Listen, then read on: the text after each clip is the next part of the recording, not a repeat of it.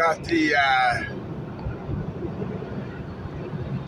Tuesday morning blues, and I've been thinking a lot about a few things, and it would be in our country's best interests to round up and deport ultra right-wing conservatives, the KKK, any kind of white power movement should be deemed a terrorist organization and no longer protected under freedom of speech.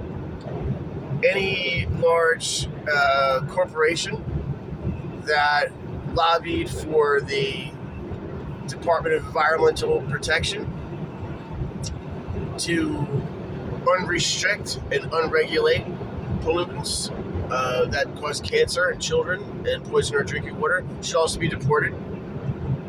I'm thinking a good place for them to be deported would be in Russia. And we should also make repatriation for folks who were wrongfully incarcerated, wrongfully imprisoned, who are arrested for drugs. And we should also do our best and our due diligence to deport all the murderers, pedophiles, and rapists from this country. And allow many of the immigrant families who were wrongfully deported from this country, who were just come here to try to work, a job upon arrival.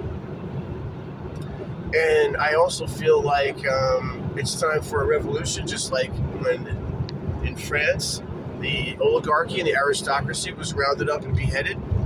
We have a number of individuals across the globe who have an obscene amount of wealth, who don't want to share it. You don't hear about them helping people. You don't hear about them practicing random acts of kindness. And they'll tell you till they're blue in their face when they do that privately. They don't. They make more money every 30 seconds than most human beings would make in 10 lifetimes. And it's obscene. And they have a secret little type of lifestyle, which most people don't see, which I got to see not so much on the private jets, but in the meetings and in rooms of confidentiality. Let's put it that way.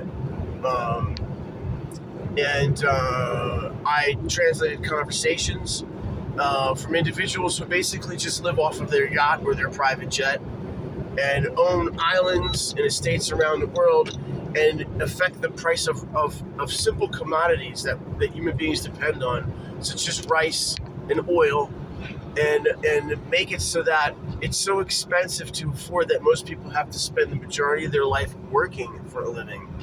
Working not on something that they're passionate about, not that something rewards their time and their efforts with a salary that allows them to live a comfortable billionaire's lifestyle, but basically just allows for a set of golden handcuffs.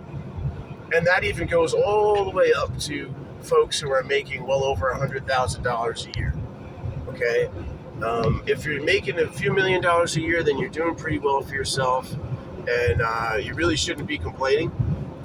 But everyone else, even if you do have a salary of over $125,000 a year, that might not be enough to support your family of 4 or 5 and all the other expenses. That being said, most people I think are making around $40,000 a year. That's like the median income, which is not enough money to survive. And especially if you have a mortgage or rent that's very, very high, and mouths to feed. We're now living in a situation where we're under a fascist rule. People are not as nice as they used to be. People who are happy that a fascist got elected are oftentimes aggressive to those that they identify as not being aligned with their political beliefs.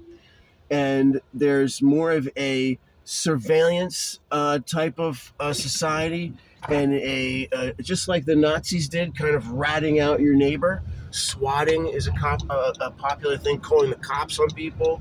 Um, if you see something, you say something. That's good for bombs and terrorists who want to cause mass destruction, or if there's a mass shooter. But it's not good to do that if simply you just don't like the way someone looks, or what their musical preferences are, what their sexual orientation is.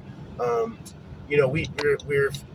we've gone backwards as a culture to the point where people are so unhappy, and they all they end up having to do is work, and they seek to find relief in people who are successful and wealthy, bragging about how much money they have, and those very same people aren't really that generous. So I'm reaching out to all the musicians and the famous artists and musicians out there, to bring people together for free in peace, and not charge for tickets, and not um, uh, overemphasize this importance on decadence, because we should be emphasizing more the importance on sharing, and so that we all can live a life that's more decadent than we are now. I was in a bad mood today. I felt very lonely. I watched these documentaries about what loneliness does to the brain.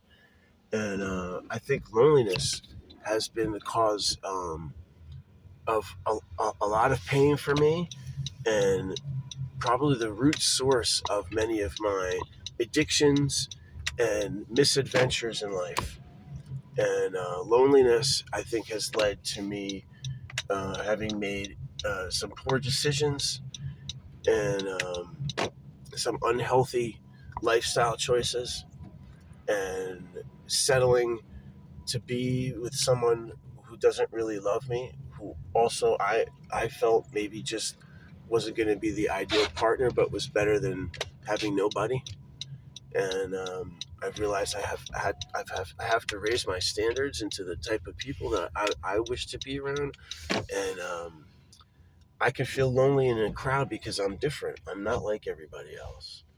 And because of that, it's not as easy for me to be as easily amused as most people are just watching a game on TV. I'd rather be playing the game. I'm not as easily amused as most people are by watching TV, and I find a lot of people kind of boring, and when I do, it's frustrating, and it makes me feel more alone. That being said, the most important thing to remember in life is that I roll up with my ceiling missing. I'm different. I'm different. Yeah, I roll up with my ceiling missing. I'm different. I'm different. And I roll up with my ceiling missing. I roll up with my ceiling missing. Because I'm different. I'm different. And I roll up with my ceiling missing. I'm different. I'm different. And I roll up with my ceiling missing.